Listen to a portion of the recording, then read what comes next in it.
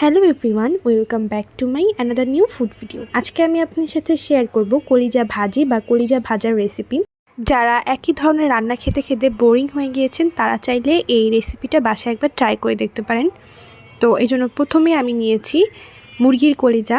আমি এখানে 8টা কলিজা দিয়ে আজকে ভাজিটা বানাচ্ছি, তবে আপনারা এখানে মুরগির কলিজার পরিবর্তে চাইলে গরুর কলিজা দিয়েও বানাতে পারেন এই ভাজিটা। তো প্রথমে আমি এখানে দিয়ে দিচ্ছি স্বাদ মতো লবণ আর 1 চা চামচ ভিনেগার। এখানে আমার 8টা মুরগির কলিজার জন্য 1 চা চামচ ভিনেগার লেগেছে। আপনারা যদি 16টা মুরগির কলিজা দিয়ে এই ভাজিটা বানান সেক্ষেত্রে কিন্তু আপনাদের 1.5 টেবিল চামচ ভিনেগার লাগবে, এবং 4টা কলিজার জন্য বানালে সেক্ষেত্রে 1/2 চা চামচ ভিনেগার লাগবে। তো এরপর আমি লবণ আর ভিনেগার দিয়ে ভালোভাবে কলিজাটাকে মেখে 1-2 মিনিট এতে দিয়ে দিয়েছি প্রায় 1 টেবিল চামচ ওয়েস্টার সস দিয়ে। এরপরে ওয়েস্টার সসের সাথে কলিজাটাকে আবারও 1-2 মিনিট খুব ভালোভাবে মিশিয়ে আমি 10 মিনিটের জন্য এটাকে মেরিনেট করে রেখেছিলাম। 10 মিনিট পর আমি এখন এই কলিজাটাকে একটা গ্রাইন্ডার জালে গ্রাইন্ড করে নিব। আর এই পর্যায়ে কিন্তু অবশ্যই গ্রাইন্ড করে একটা স্মুথ পেস্ট বানিয়ে নিতে হবে, কুচি কুচি করে কাটা যাবে না।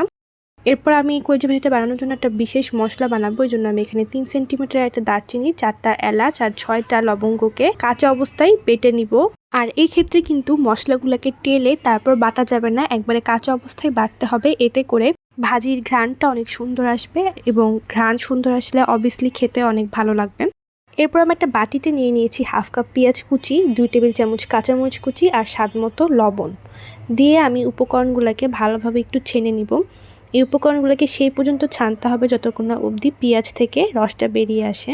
1-2 মিনিট ছানার পর আমার পেঁয়াজ থেকে রসটা বেরিয়ে এসেছে। এখন আমি সেই গ্রাইন্ড করে নেওয়া কলিজার পেস্টটাকে দিয়ে দিব।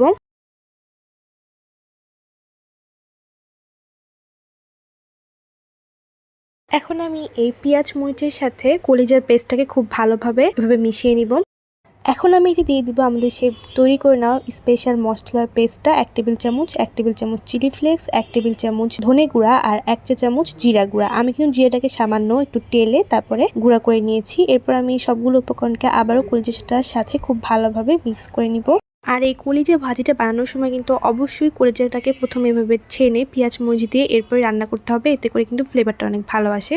তো আমার ছানা শেষ, এখন আমি রান্নায় চলে আসলাম। এই জন্য প্রথমে কড়াইয়ে পর্যাপ্ত তেল দিয়ে তেলটা যখন গরম হয়ে এসেছে তখন আমি দিয়ে দিয়েছি প্রায় 1/2 কাপের মতো আলু কুচি।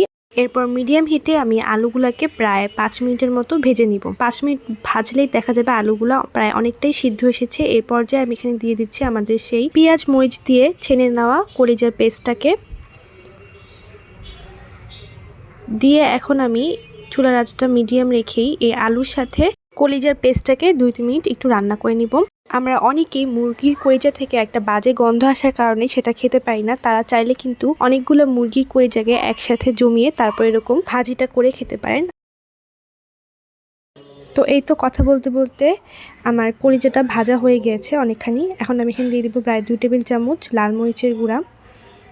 এই পর্যায়ে আপনারা লাল মরিচের গুঁড়াটা আপনাদের মুখের স্বাদ অনুযায়ী কম বেশি করে নেবেন। এরপর আমি লাল মরিচের গুঁড়ার সাথে আবারও কলিজাকে খুব ভালোভাবে মিশিয়ে নিচ্ছি। ভালোভাবে মিশিয়ে নেওয়ার পর আমি এখন এখানে দিয়ে দিচ্ছি প্রায় 1/2 কাপের মতো পেঁয়াজ কলি। তবে আপনারা চাইলে এই পর্যায়ে পেঁয়াজ কলিটা স্কিপও করতে পারেন। তবে এই পেঁয়াজ কলিটা কিন্তু কলিজা ভাজা একটা এক্সট্রা ফ্লেভার আনতে সাহায্য করে, তাই আপনারা অবশ্যই চেষ্টা করবেন পেঁয়াজ কলিটা দেওয়ার জন্য।